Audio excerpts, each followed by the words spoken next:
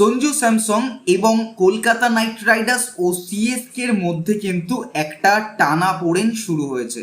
কারণ বিষয়টা এই মুহূর্তে দেখতে গেলে সঞ্জু স্যামসং নিয়ে কিন্তু আজ সারাদিনের জোর চর্চা চলেছে।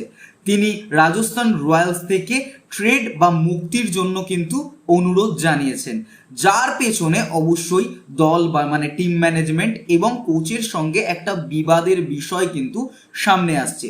2025 আইপিএল সিজনে তার পারফরমেন্স যে দুর্বলতা ছিল সেটাকে কিন্তু বিশেষজ্ঞরা দায়ী করছে। কোচ রাহুল দ্রাবিড়ের সঙ্গে তার সম্পর্ক বেশ কিন্তু একটা জটিলতা সৃষ্টি হয়েছে। এটাই কিন্তু মূলত যে তিনি ট্রেডে যাওয়ার জন্য বা মুক্তির জন্য অনুরোধটা জানিয়েছেন।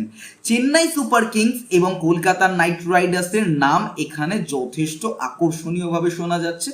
তবে রাজস্থান রয়্যালস আবার বিকল্প শর্তে দুই প্লেয়ারকে কিন্তু চাইছে, সঞ্জু স্যামসং এর বিকল্প হিসাবে দুই প্লেয়ারকে কিন্তু তাদের দিতে হবে।